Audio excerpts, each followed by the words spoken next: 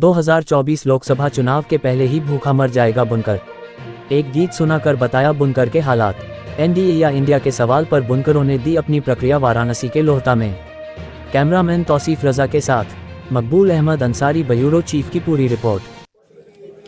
अस्सलाम वालेकुम, मेरा नाम है मकबूल अहमद और आप देख रहे हैं सदाए न्यूज वाराणसी। इस समय हम वाराणसी के लोहता क्षेत्र में हैं और जिस तरीके से हम पूरे अलईपुरा क्षेत्र में बुनकरों के हालात को जानने की कोशिश कर रहे हैं, तो हम इस समय लोहता में आ गए। यहाँ पर भी बुनकर से जुड़े कई लोग हैं और यहाँ पे एक पान की दुकान भी है और जानते हैं कि ये पान की दुकान या पावर लूम चलाने वाले ही खोले हैं कि ये पान की दुकान कई वर्षों से चल रही है। सबसे पहले ये बताइए ये आज 10-15 दिन से ऐसा हाल रहे हम लोग, क्योंकि आज हम लोग सड़क पर आए हैं। हाँ, कहले का फायदा भैया, हम लोग बुन करे के कौन सुनेगा। तो क्या आप लूम चलाते थे? लूम चलाए भैया, तबे चलाओ थे, तबने अपने परिवार के पढ़ावत रहे, लिखावत रहे, खात रहे, जियत रहे। हाँ। आज भीख मांगे के बारी आ गया अच्छा, कि भैया लोग के आते रहे क्या हुआ, कब 2 रुपया हम लोग को भीख दे। तो ऐसा हालत कैसे हुआ मतलब? भैया हम लोग को बुनकर के हालत देख लो। मतलब क्या ऐसी परेशानी आ गई आपके? तो आपने कौन हम लोग के माल पूछ रहा है? अच्छा, आपका माल नहीं बिक रहा है? साड़ी कौन पूछ रहा है भैया? जो है 1000 की साड़ी आज 400 के भी कोई नहीं पूछ रहा है।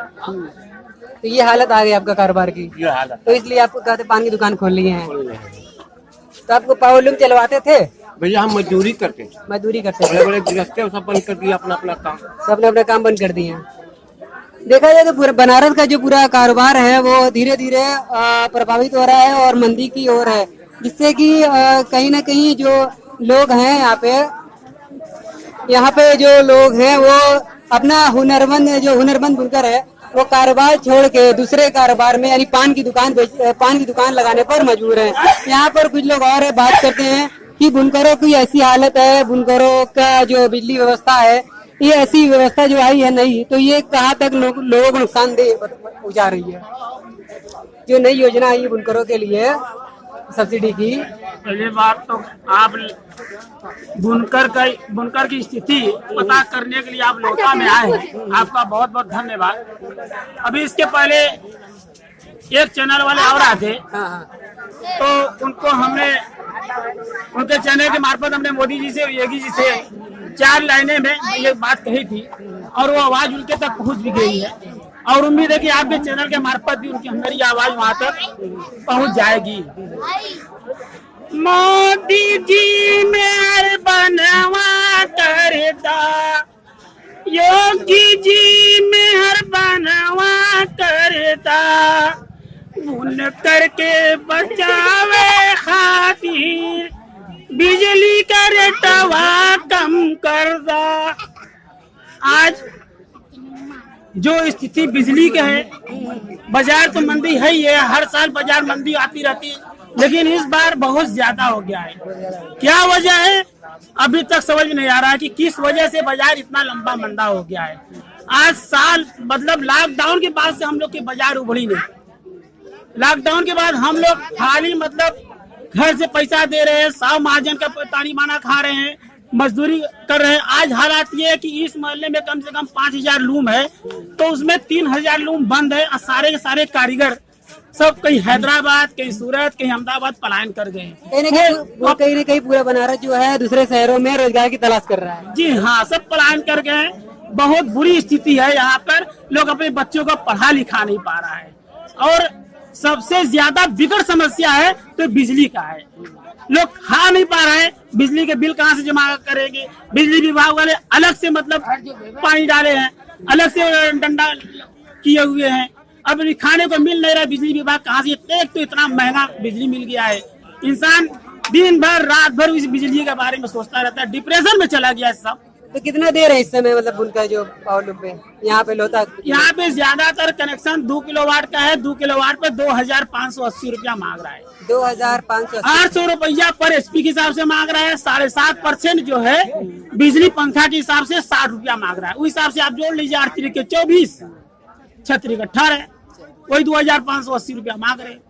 तो ऐसे में बुनकरों का राहत कैसे मिलेगी? मतलब क्या राहत कहाँ मिलेगी, कैसे मिलेगी? हम लोग 17 दिन भूखे रह के हम लोग आंदोलन किया है। हम लोग की आवाज को तो खैर मोदी जी सुने, लेकिन बीच में हमारे ही हमारे ही बुनकर समाज में से लोग कहे अपना कंप्रोमाइज कर लिए, कैसे क्या कर लिए, किस बिना पे वो दस्तक कर दिए, कंप्रोमाइज कर लिए, यही समझ में नहीं आया। उनको कौन बुनकर का मसीहा बनाकर भेजा था? बुनकरों के लिए बातचीत करने के लिए कौन भेजा था? आज के लिए पोल खुला ही नहीं कि उनको भेजा कौन था। बुनकरों की तरफ से बात करने के लिए उनको कौन भेजा था? कोई मीटिंग, कोई सभा नहीं, और उन लोग को भेज दिया गया। और सबसे बड़ी कमजोरी हम लोग की है कि हम लोग 22 जिला के जितने बुनकर थे, जब योगी जी बोले थे कि अपना अपना प्रस्ताव ला कर दीजिए, तो सब लोग अपना अपना प्रस्ताव अलग अलग ले जाकर दिया। और ये जो है चारों, जो एक मऊ का चेयरमैन है अरशद जमाल, ये एक ही प्रस्ताव बनाया, एक ही प्रस्ताव में चारों के चारों सिग्नेचर कर दिए, और उसी को योगी जी मान लिए हम लोग मात्र इसीलिए खा गए। बुनकर वो भी बुनकर, हम भी। योगी जी तो बोले कि हाँ जब वो सब दे सकते तो आप नहीं दे सकते। अब यहाँ पे उनको ये समझ में आता नहीं कि हाँ यहाँ सब गरीबी गरीब तो हैं। अब बताइए आप, आज भी किसी के पास एक मशीन है, 2 किलोवाट के नीचे कनेक्शन नहीं है, वो 2580 रुपया एक लूम पे कैसे देगा? कैसे देगा बताइए? सोचने वाली बात है। तो ये जो बुनकर की इतनी खराब हालत है, और आने वाले दिनों में एक चुनाव भी आ रहा है, जैसा कि आप जानते हैं, 24 का चुनाव। क्या लगता है बुनकरों की जो हालात हैं, तो बुनकर किसके साथ जाएगा? एनडीए के साथ कि इंडिया के साथ? बुनकर मर जाएगा, किसी के साथ नहीं जाएगा, तो मर जाएगा। की स्थिति तो इतनी खराब है कि उसको तो पसंद ही नहीं आ रहा कि हम इंडिया को दे कि इंडिया में दे कि चुनाव तक हम जिंदा रहेंगे कि नहीं रहेंगे। ये हालत उसको ये भी पता नहीं है कि हम जिंदा रहेंगे कि नहीं रहेंगे। वोट का देगा, वो जिंदा नहीं रहेगा तो वोट कहाँ से देगा? हाँ, ये है आशा कि एक हिंदू बुनकर वाहिनी बनी है, जिनके मार्फत 5-5 मंत्री जो योगी जी से बातचीत कर रहे हैं, लेकिन वहाँ पर भी ये समझ में आ रहा है कि वो जो बात कर रहे हैं, तभी उस पर कब ये फैसला आने में तो 30 महीना लग गया। अब उनकी सुनवाई को कितना दिन लगेगा, ये बस योगी जी कहीं न कहीं भी अभी वर्तमान में तो मुख्यमंत्री योगी जी ने बुलाया है लोगों को कि अपना प्रस्ताव लेकर आइए। तो इसमें बुनकर की जो प्रतिनिधि हैं, तो वो क्या प्रस्ताव लेकर जा रहे हैं? इसमें बुनकर प्रस्ताव नहीं देंगे। हाँ। इसमें जो 5 मंत्री जी हैं, वही हिंदू बुनकर वाहिनी के सदस्यों से और लोग से मिलकर वो प्रस्ताव देने वाले हैं। वो प्रस्ताव उन लोग को देना है। अब हम लोग को मतलब जो हमारे से चिरकुट दलाल थे, हमारे जैसे चिरकुट थे, बेहुदा थे, बदतमीज थे, अब हम लोग को मौका नहीं मिलेगा।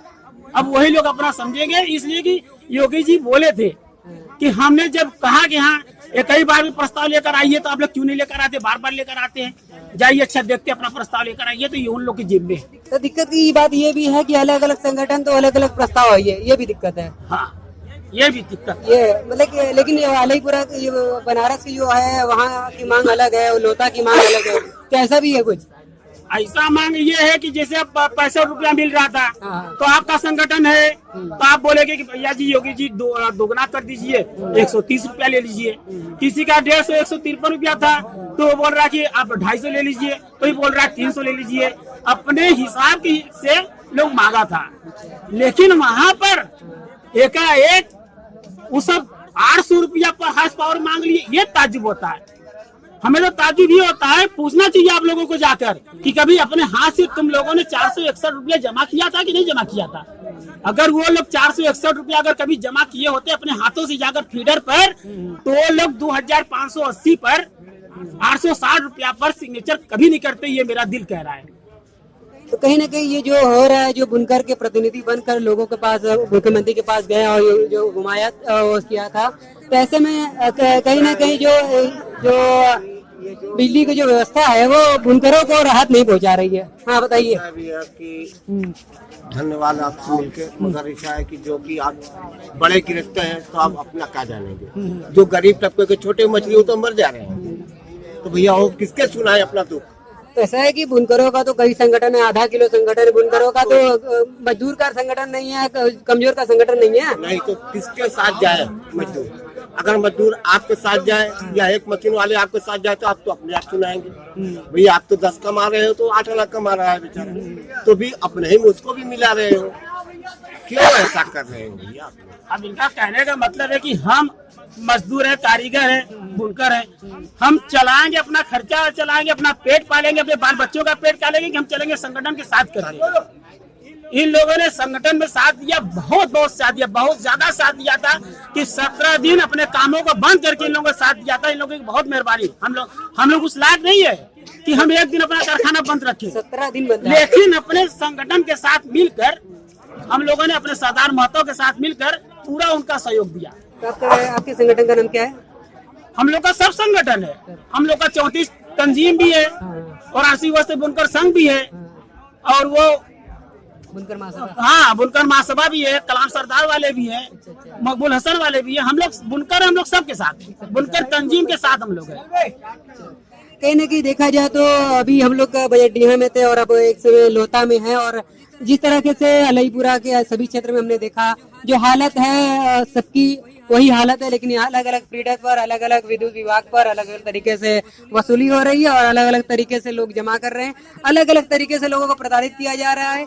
एक हुनरमंद बुनकर जो अपने हुनर के दम पर कपड़ा तैयार करता है, आज वही हुनरमंद बुनकर जो लोगों के लिए कपड़ा तैयार करता है, वही खुद उसका ही कपड़ा उतरता जा रहा है। ऐसे में जो जिस तरीके से किसानी करके लोगों का पेट भरता है, ठीक उसी तरह एक बुनकर जो है वो कपड़ा तैयार करके लोगों का तन ढकता है। ऐसे में जो तन ढकता है उसी का तन पे लिबास नहीं है, वो खाने का मोहताज हो रहा है। माननीय मुख्यमंत्री योगी जी और माननीय प्रधानमंत्री श्री नरेंद्र मोदी जी से बस इतनी अपील है कि बुनकरों को राहत के लिए सस्ती और अच्छी व्यवस्था दे और बुनकरों के जो रोजगार खराब चल रहे हैं उनको भी कहीं न कहीं जो हालत है उनको सही करने की कोशिश करे।